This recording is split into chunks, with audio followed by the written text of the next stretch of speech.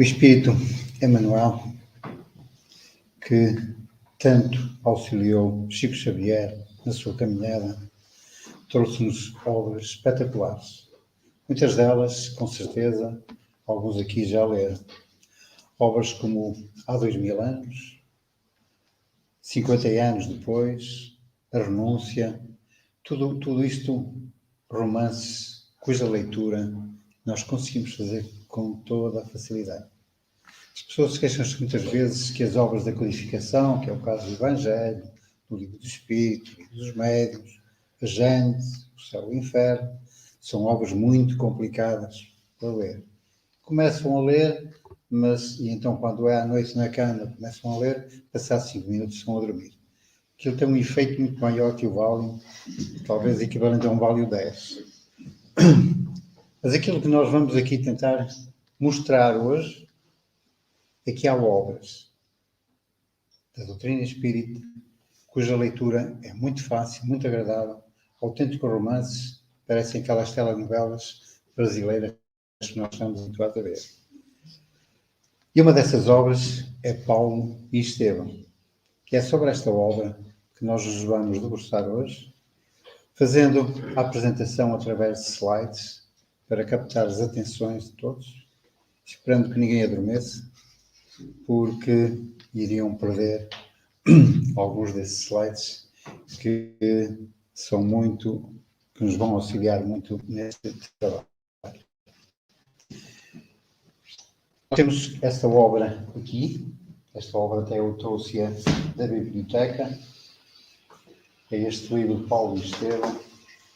Eu tenho um em casa mais velhinho, mais pequenino, tem a mesma coisa que este, embora seja mais pequenino. A letra até me parece um bocadinho maior, eu não sei como é que eles conseguiram fazer um trabalho mais pequenino. Garanto-vos aqui a mesma coisa. E há outras edições com formatos diferentes. Qualquer uma delas poderá servir-nos para o nosso trabalho. E temos aqui o primeiro slide, que mostra algumas das obras de Emmanuel. Como sabem, Emmanuel está representado no canto superior direito. Emmanuel tem uma série de reencarnações conhecidas, mais de 12, muitas delas nesta altura como um dos maiores do Império Romano também, e sabemos que a partir do século XX ele auxiliou bastante Chico Xavier no seu trabalho. Todas estas obras que estão aqui foram psicografadas por Chico Xavier e muitas mais, para não estarmos agora a alongar-nos aqui, o número de obras de Chico Xavier psicografadas, não só do Manuel, mas de outros, ultrapassa já os 400. E o nosso livro que aparece ali, Paulo e Estevão, que por acaso tem uma capa idêntica à minha. Isto é passado, portanto, no período do início do cristianismo, portanto, século 34 depois de Cristo, e nós vamos fazer aqui uma análise entre o século 34 e 64 depois de Cristo.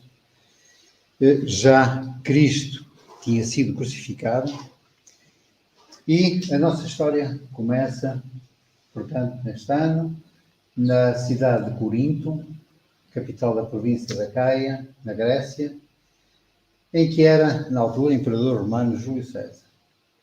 E nessa cidade começou, nessa altura, a dar-se uma revolta de escravos que, para ser dominada, tiveram que recorrer às tropas romanas que ocuparam completamente a cidade. Então aí começaram os a ser oprimidos e a ordem a tentar ser respeitada a qualquer custo. E com essa invasão das tropas romanas, sofreram também os habitantes da própria cidade de Corinto. O chefe romano dessa altura era precisamente Licínio Minúcio. Ele chegou ao poder através de recursos de intriga, de calúnia, e aproveitou-se da sua situação, do seu poder, para conseguir aumentar as suas propriedades em termos de terra. Então arranjou uma lei de expropriação em que começou a alargar-se, todas as suas propriedades começaram a aumentar devido à anexação das propriedades vizinhas da dele. E a nossa história tem precisamente a ver com isto. A nossa família, que nós vamos começar a trabalhar, é formada uma família muito simples, com o pai e 2 filhos. O pai está aqui representado nesta figura, que é o velho de barbas, que se estava a deslocar ao mercado para fazer compras e para vender os produtos que ele próprio cultivava. Chama-se Jasodeb. Jasodeb tinha 2 filhos, que eram Jael e Abigail. E então, quando ele se deslocava para cá, aqui, os soldados que estavam a ocupar a cidade nessa altura, aproveitavam de se divertir. E como ele passou muito sereno, com receio de os incomodar, nem sequer os cumprimentos, eles aproveitavam-se disso para o chamar, para o agredir, pelo facto de ele não os ter soldado. E acontece que o pobre continuou o seu caminho e, no regresso, um outro grupo de soldados romanos, por quem ele ia passar, que desta vez já os cumprimentou, já os saudou, e por esse motivo ele foi de novo agredido pelo facto de ter a ousadia de se dirigir a eles. Com todas estas agressões, ele chega à sua casa, um lar muito simples, bastante ferido, e aí, logo à entrada de casa, a filha Abigail, que aparece ali na figura, quando o viu, ficou muito preocupada com o que tinha acontecido, aos gritos, aos soluços. O irmão Jediel, que estava próximo, estava nos seus trabalhos de lavoura, veio socorrer o pai. O pai, com muita dificuldade, conseguiu contar o que se tinha passado e a revolta do pai era bastante grande, pelo facto de ter sido impunemente, sem qualquer motivo, tinha sido agredido pelos soldados romanos. O que acontece é que... Não. O que acontece é que a revolta do pai não era correspondida pelos 2 filhos, principalmente por Jaziel, que era um jovem com um coração enorme, com uma postura enorme, com uma presença que transmitia paz, transmitia calma. Então sempre aconselhou o pai a não fazer absolutamente nada, estar calmo, não reagir, porque não era isso que o Deus lhes dizia, que deviam perdoar as ofensas. E quando viu que o pai estava bastante incomodado, aquilo que ele fez foi pegar no Salmo, nas Escrituras Sagradas, abriu o livro à sorte e leu uma passagem que eu vou passar a ler. Dizia o seguinte: Filho meu, não rejeites o corretivo do Senhor, nem te enojes de uma repreensão, porque Deus repreende aquele a quem ama, assim como o pai ao filho a quem quer bem. Ele ficou bastante admirado com esta mensagem, porque vinha mesmo a propósito, mas mesmo assim não desistiu da sua decisão. E então transmitiu aos filhos que no dia seguinte iria ter com o governador, porque ele tinha aberto, como havia muitos desagrados, muitas pessoas se estavam a manifestar pela forma como estavam a ser tratados pelas tropas, ele abriu uma sessão pública para as reclamações. Quem quisesse reclamar poderia ir à sua presença. E foi o que fez, portanto, o nosso pai foi à presença do governador romano, portanto, o representante de Júlio César. O que acontece é que depois das queixas que ele fez, das agressões que tinha tido no dia anterior, referiu também o facto de lhe ter sido já tiradas algumas terras que ele possuía. A sentença foi aquela que ele nunca esperava. Tinha 3 dias para abandonar a casa onde viviam e partir. Isto deixou-o ainda mais revoltado. Pediu clemência, mas não foi ouvido. E como reagiu mal, foi de novo espancado e posto fora do palácio. E assim, chegando a casa, ele conta aos seus filhos o sucedido. Mas quando estava a chegar a casa, a raiva que ele vinha foi a sua consciência e aos seus princípios, e então o que ele fez foi pegar fogo às propriedades vizinhas que pertenciam precisamente ao governador romano. E esse fogo foi de tal ordem, porque estava tudo seco, foi de tal ordem que alastrou-se uma extensão bastante grande. O filho, sem saber que tinha sido o pai o provocador daquele incêndio, tentou ajudar os trabalhadores que ali andavam a apagar o incêndio, ainda teve algumas feridas, queimou-se.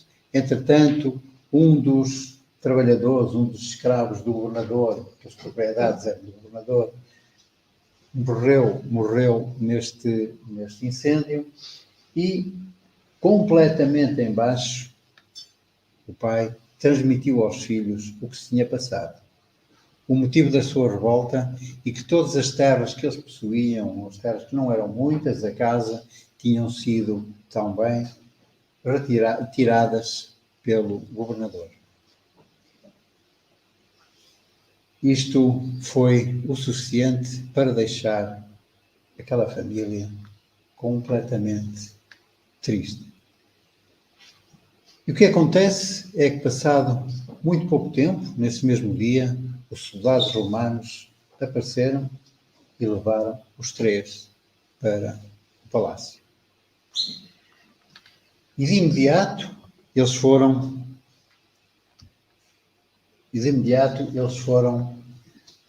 presos e abandonados numa cela, com tudo aquilo que se tinha passado, com tudo que estava a viver o pai nestes últimos dias.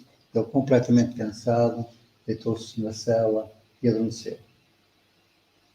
Jesiel diz a Abigail que estava a pensar assumir-se como culpado de ter sido ele o causador do incêndio, para tentar, com isto, libertar Jochebed, portanto, o pai.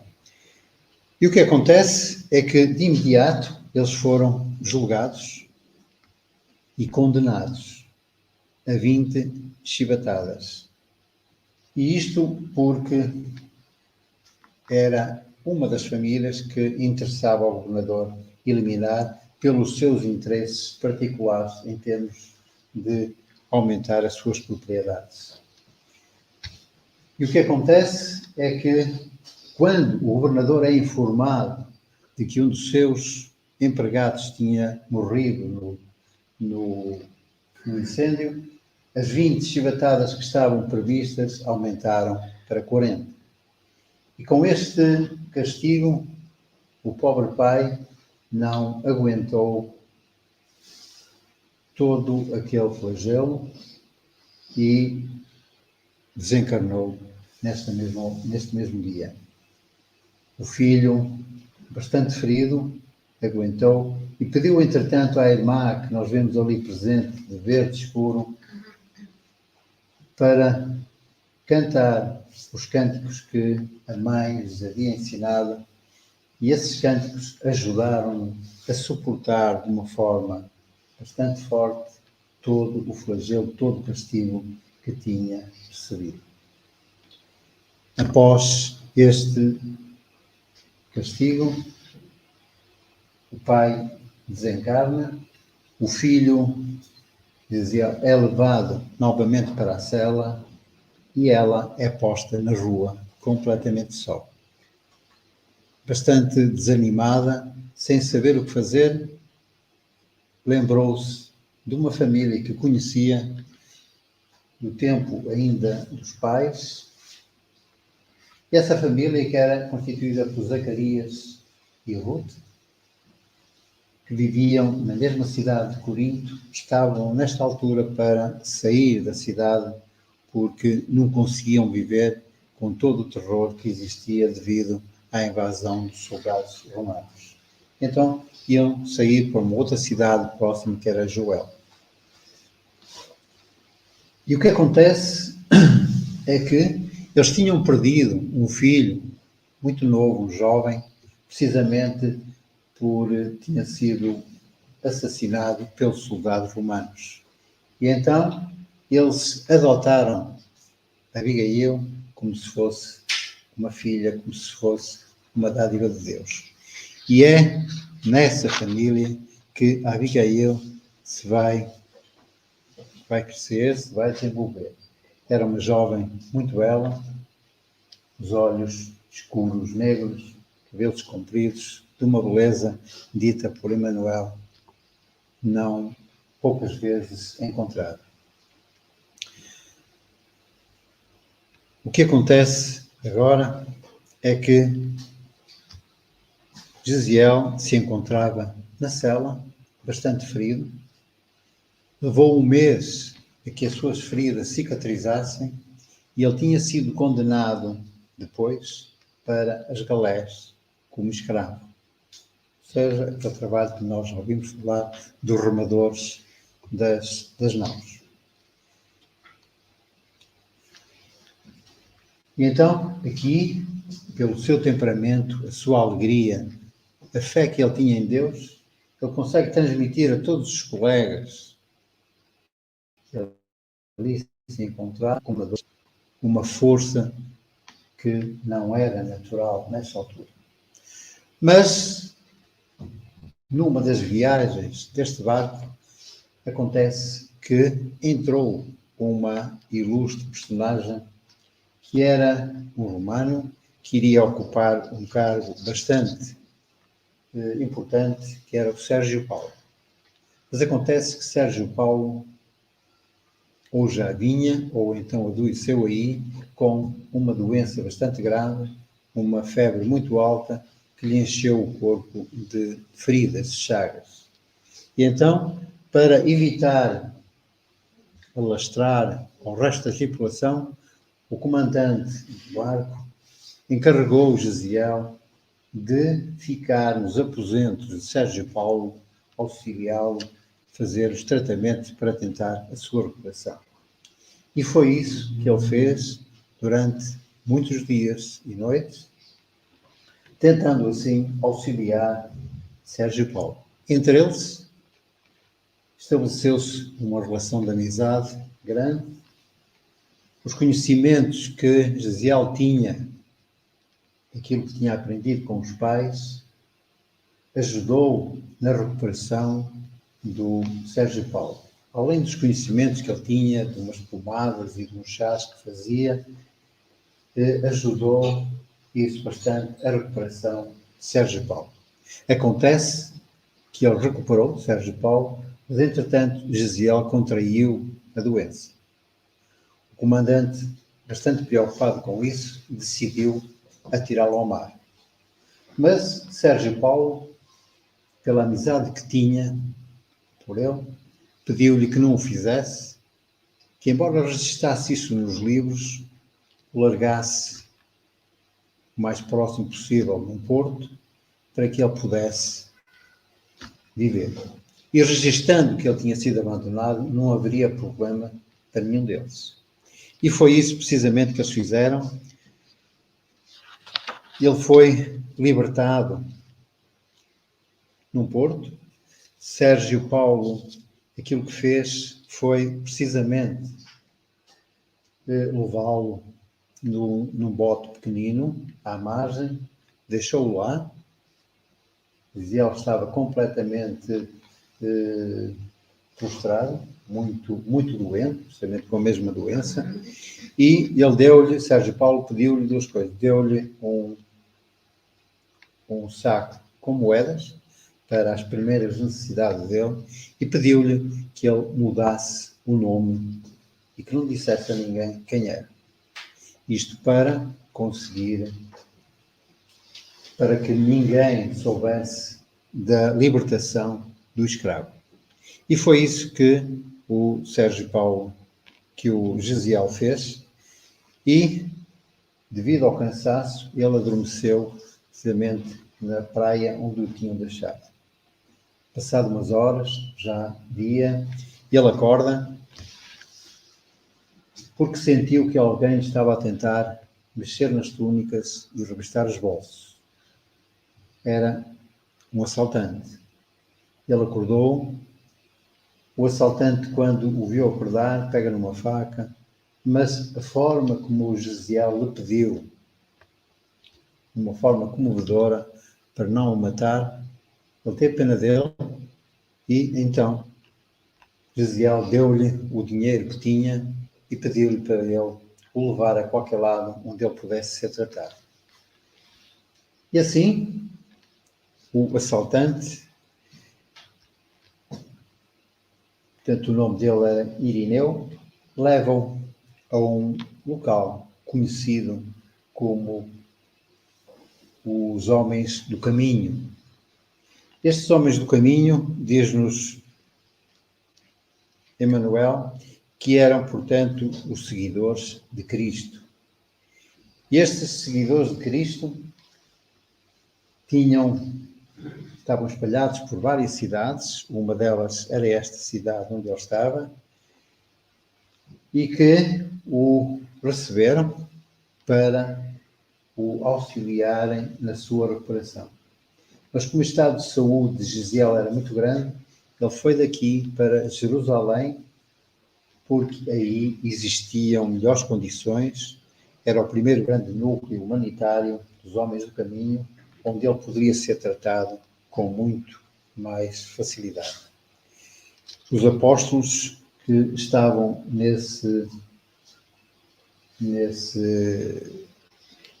núcleo eram precisamente Pedro e Tiago. E Pedro e Tiago recebem Gesiel, a forma como tratavam a todos, como irmão. E recebem-no para o poderem ajudar. Gesiel viu nessa altura que ali se encontravam muitas pessoas doentes, pessoas de idade, com graves problemas não só de corpo, mas também problemas de alma, em que forneciam roupas, forneciam alimentos e tratavam todos aqueles que procuravam ajuda. Gesiel foi colocado num quarto com uma cama muito simples, mas asseada, onde ele, aos poucos, se conseguiu recuperar. A relação entre ele e Pedro foi sendo cada vez maior. Gesiel tinha uma admiração muito grande por Pedro, pelo facto de ele tratar todos aqueles que iam lá de uma forma muito caridosa. E num dos momentos de delírio de Gesiel, devido ao estado de febre, ele recitou algumas passagens dos livros sagrados. Na altura, Pedro nada lhe perguntou, mas quando ele se restabeleceu, passado umas semanas, Pedro, que estava curioso pelo facto de ele saber aquelas citações de cor, do profeta Isaías, ele perguntou-lhe onde é que ele tinha aprendido. Ele contou-lhe a vida dele, desde que tinha sido preso, com o pai, com a irmã esta que ele ainda queria encontrar, que procurava, mas que não sabia onde ela estaria. Depois de ele ter contado toda esta história a Pedro propôs a troca de nome e ele passou a chamar-se Estevão. E a partir daí, Estevão começou a trabalhar no caminho, porque havia muito trabalho a fazer, de ajuda aos outros, tratamento, refeições, e começa a fazer estudos de obras que o Pedro lhe forneceu. E começa os seus conhecimentos começam a aumentar, e ele começa a preparar-se para fazer exposições, para fazer aquilo que nós chamamos palestras. E então ele começa a ser conhecido no meio como alguém que seria um seguidor de Jesus, mas que demonstrava na prática muitas parecenças em termos de amor, em termos de caridade, em termos de ajuda ao próximo. Então, a sua admiração começou a ser admirado por todos. Inclusivamente, todas as pessoas, ou as pessoas começavam a aparecer ali para ouvir os seus ensinamentos, para ouvir as suas profecias.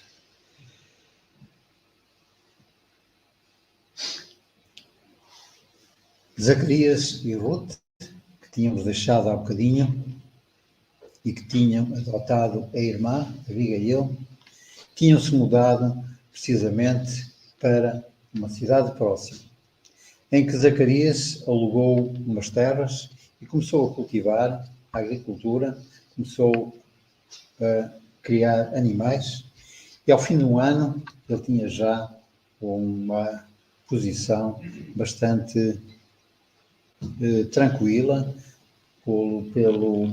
pelo negócio que se iniciou. E muitos desses animais eram utilizados nas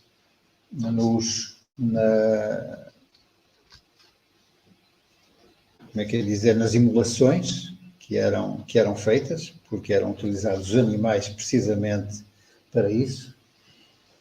E numa das festas que Zacarias deu, aparece um romano, embora ele não fosse, era de Tarso, que foi Saulo de Tarso.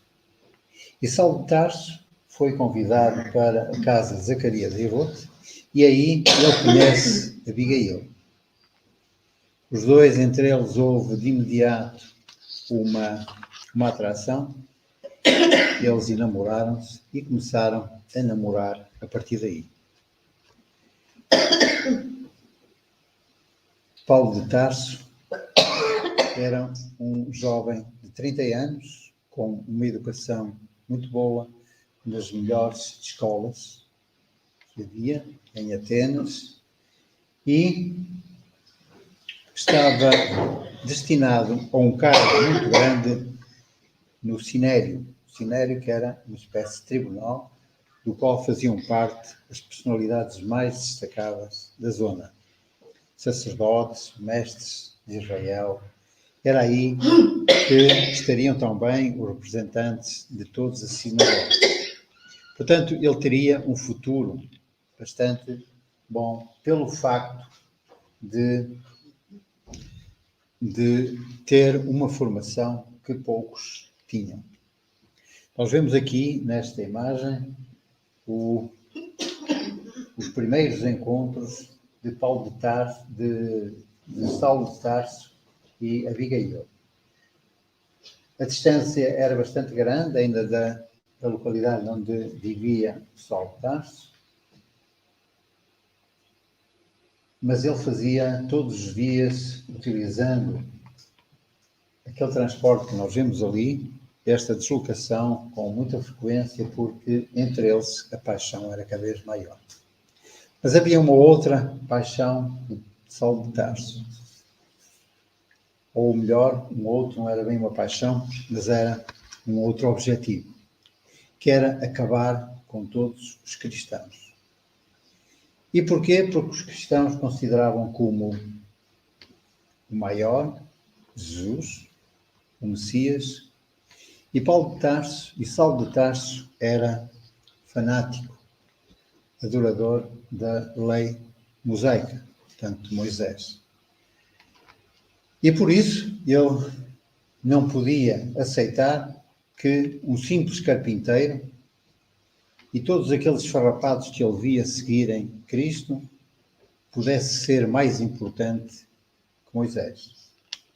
E então ele começa, não aceitando o que estava a passar, começa a tentar, dentro do Sinédrio, arranjar maneira e poderes para começar a perseguição desses cristãos.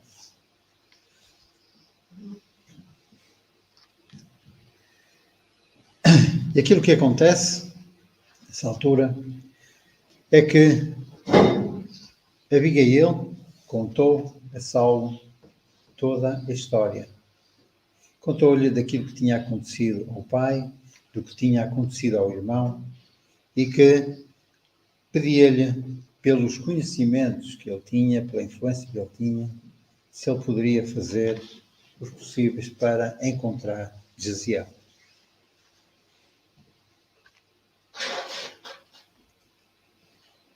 A fama de Paulo, inclusivamente com as curas que ele estava a fazer, inclusivamente de cegueiras, de paralíticos, e tudo isto começou a fazer com que Saulo tivesse uma preocupação e um objetivo primeiro, que era encontrar esse Estevão que lhe estava a estragar a sua ideologia com uma pregação e com uma veneração a Jesus, a Cristo, que ele não poderia nunca aceitar. E então ele consegue convencer o Sinédrio a lhe darem todos os poderes para ele começar uma perseguição aos cristãos. Com ele, um outro humano que nós vemos aqui, Sadoc. Então os dois começaram a planear uma forma de poder iniciar essa perseguição. E então, disfarçados, sem muitos adornos, foram precisamente a uma simples igreja, uma igreja muito humilde, onde se encontrava Pedro, Tiago e João, que já os conheciam e que os receberam de uma forma muito delicada. E eles foram aí porque a fama a fama de Estevão era grande, e ele sabia que nesse dia Estevão iria fazer a sua pregação, fazer o seu sermão. Entra um jovem na sala, magro, muito pálido, a quem as pessoas já respeitavam de uma forma que adoravam, inclusivamente, e ele começa a sua pregação. E essa pregação tinha sempre a ver com Jesus, com as obras de Jesus, com o amor ao próximo, com a caridade, com tudo aquilo, com todos aqueles ensinamentos que nos são familiares. Durante a sua pregação, ele foi interrompido por Saulo, dizendo que tudo aquilo era falso, que não poderia existir ninguém superior a Moisés, e, portanto, ele estava ali a enganar as pessoas. Entretanto, entra também uma mãe com a filha tinha cegado e pede a Estevão para a curar. E Saulo é testemunha aqui dessa cura.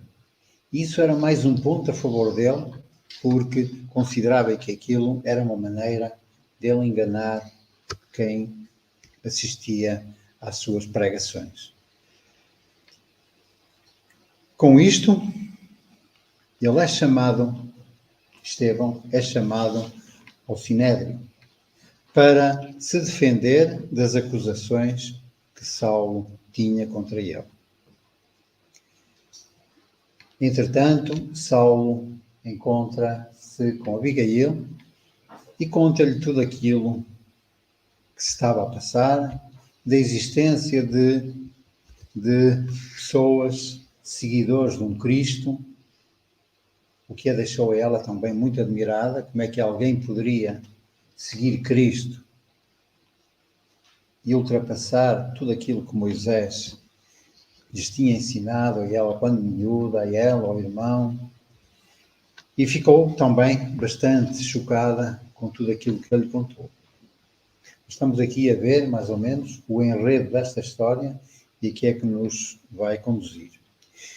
É feito o julgamento de Saulo, de Jesiel, portanto de Estevão, que ele é considerado por Saulo como blasfemo, caluniador, feiticeiro, pelas curas que fez. Estevão defende-se dizendo apenas que Jesus era o seu orientador e que a única coisa que ele estava a fazer era seguir os passos de Jesus, que era o amor ao próximo, o amor aos outros. Isto ainda revoltou mais o Saulo, que não se aguentou, e durante o julgamento, isto foi ainda durante a palestra, aqui é quando ele está no tribunal a ser acusado e a tentar defender-se, a ira de Saulo é de tal ordem que ele não aguentou e virou-se contra Estevão aos socos. Estevão não reagiu, apenas pediu a Jesus as forças necessárias para aguentar tudo aquilo por que estava a passar. Para Estevão, aquilo era, de um lado, uma alegria grande, porque estava a passar precisamente pelo mesmo que Jesus tinha passado.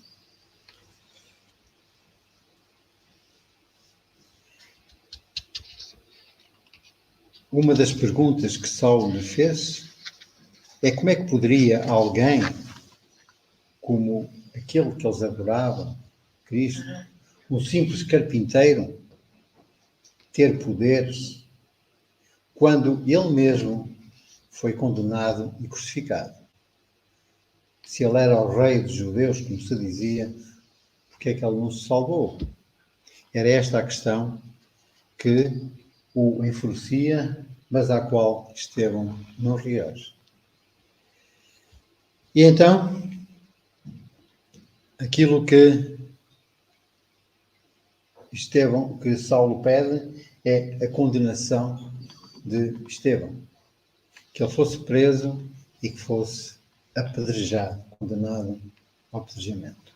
E aí, um grande amigo dele, Gamaliel, que era um dos sábios, tinha sido professor dele, disse-lhe que não, que as coisas não poderiam ser assim, que sim, senhor, ele iria ser preso pelo aquilo que se provou, mas que teria que investigar melhor, iria ele próprio visitar os homens do caminho para ver se realmente era verdade o que lá se passava.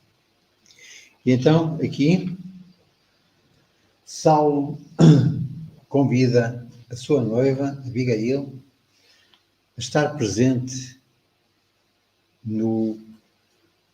porque depois Estevão é condenado à morte e ele convidou a assistir ao apedrejamento de Estevão, portanto, à sua condenação à morte.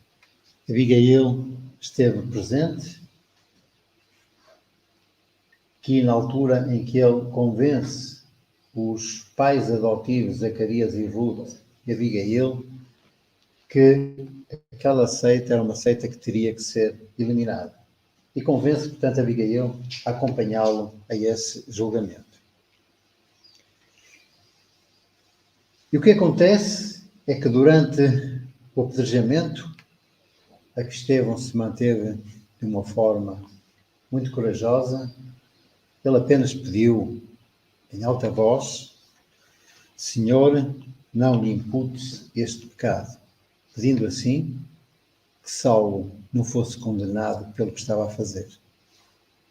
E foi nesta altura que Abigail reconheceu a voz do irmão, Estevão. E então, Saulo, vendo aquilo, arrependido, embora voltasse a fazer pela ideia que ele tinha de eliminar os cristãos, mas como era o irmão de Abigail, Ele não queria de forma nenhuma que ela sofresse com isso.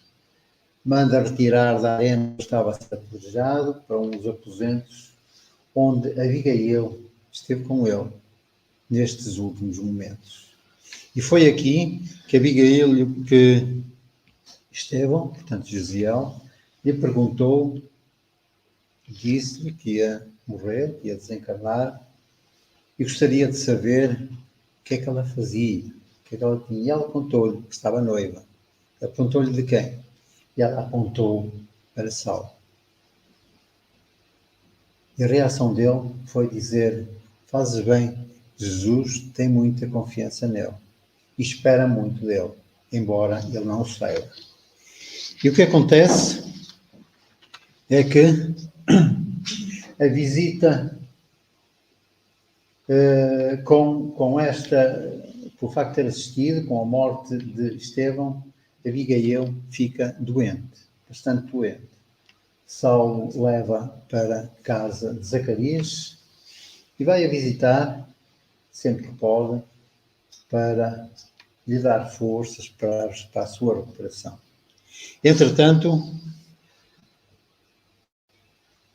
Gamaliel visita o caminho. Fica impressionado com o que lá faziam, com a ajuda aos pobres, os alimentos, as roupas, os tratamentos. E ele mesmo também, um acérrimo defensor de Moisés, converte-se aqui ao cristianismo. E assim nós vemos uma mudança grande. Também Abigail, devido a um velho, também cristão, que era o Ananias, se converte ao cristianismo. Isto deixa Saulo muito triste. Ele praticamente abandona Abigail e, entretanto, aquilo que acontece é que Abigail começa a adoecer e acaba por desencarnar.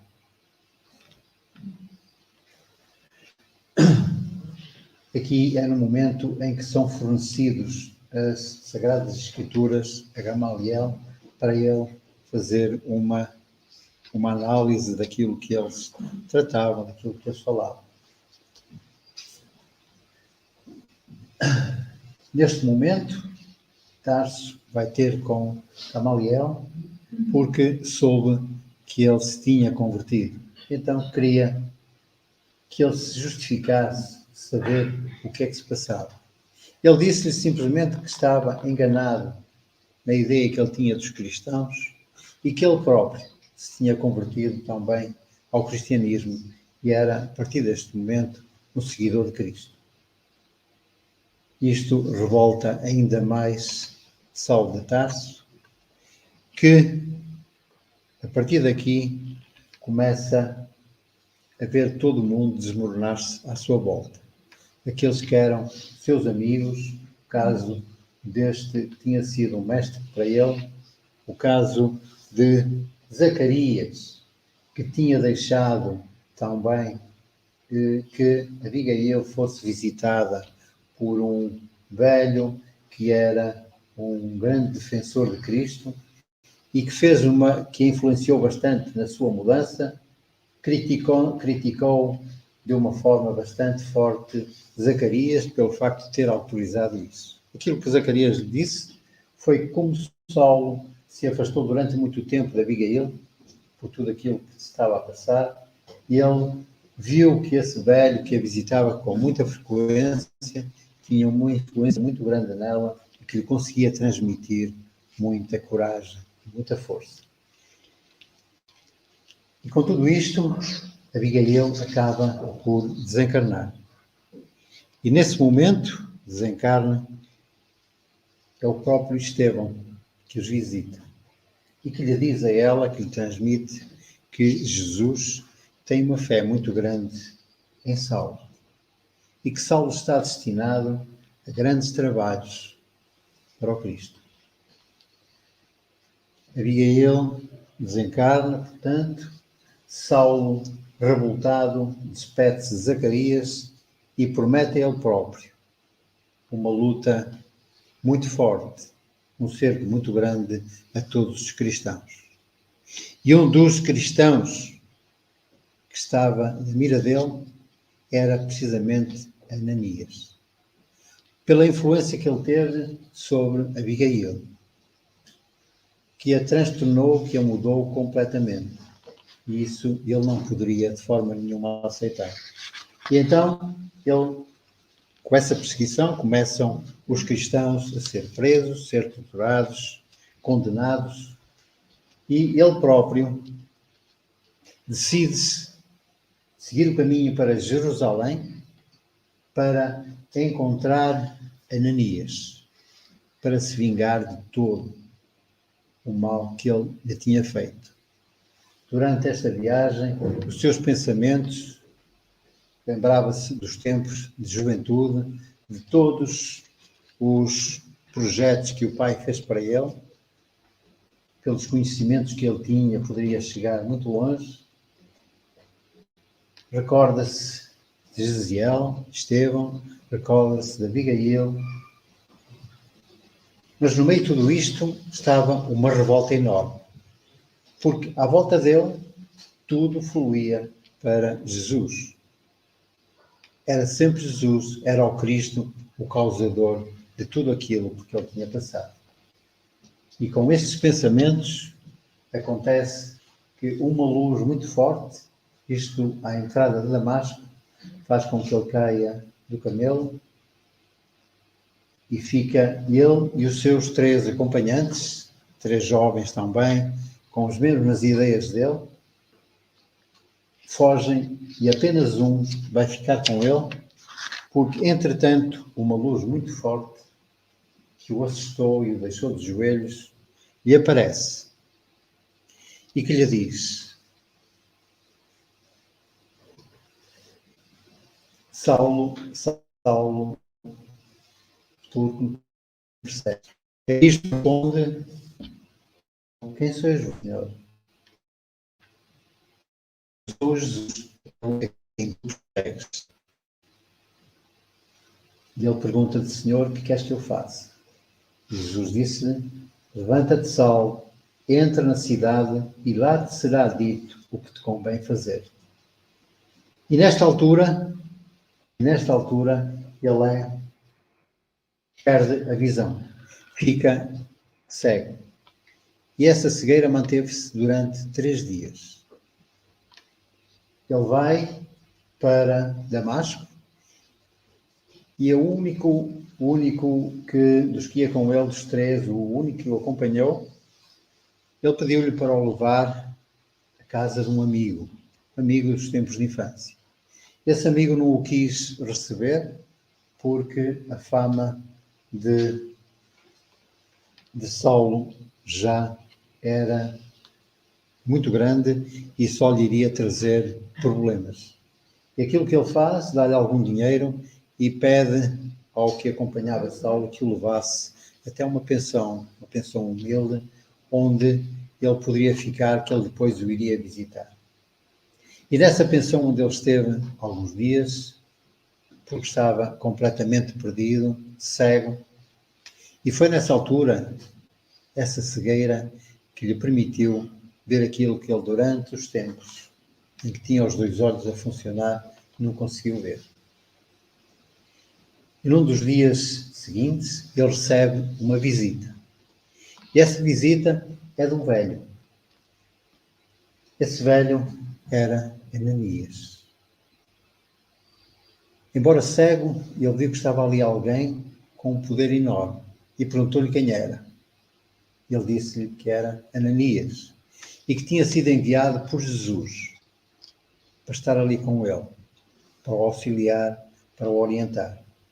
E Ananias, com toda a fé, coloca-lhe as mãos em cima, pedindo a Jesus, pedindo ao Pai Todo-Poderoso a cura para aquele irmão. E a cura dá-se e ele fica a ver. Portanto, esta é a primeira parte desta obra de Paulo e Estevão, a segunda parte vai-nos relatar, e estes relatos feitos por Emmanuel são de uma riqueza enorme. A forma como ele pinta todas as personagens, como ele pinta todas estas cenas, é de uma importância muito grande. É qualquer coisa que nos agarra e que nos mantém preso ao livro.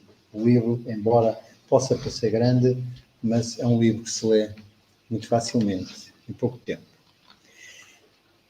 Aquilo que Ananias lhe explica é que Jesus lhe tinha dito para ele ir àquele local, estaria ali alguém chamado Saulo de Tarso, e que lhe iria transmitir que ele, Cristo, tinha uma fé muito grande nele e tinha muitos trabalhos que ele sabia que ele tinha condições para fazer, para o cumprir. A presença de Ananias traz à memória de Saulo de Tarso, Abigail, Estevão e todos aqueles que se cruzaram no seu caminho.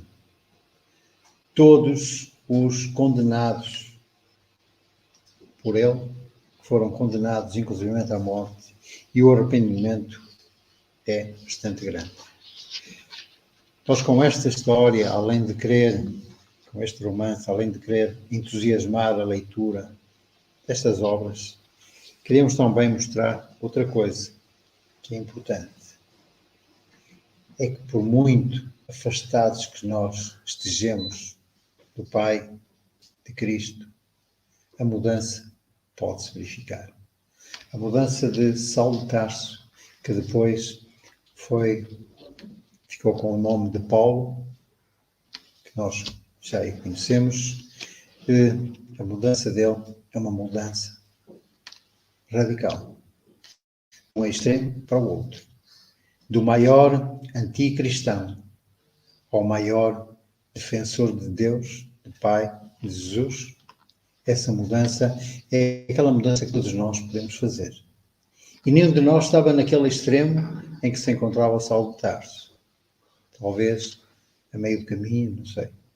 Mas todos nós temos esta oportunidade de nos mudarmos e de nos modificarmos. Há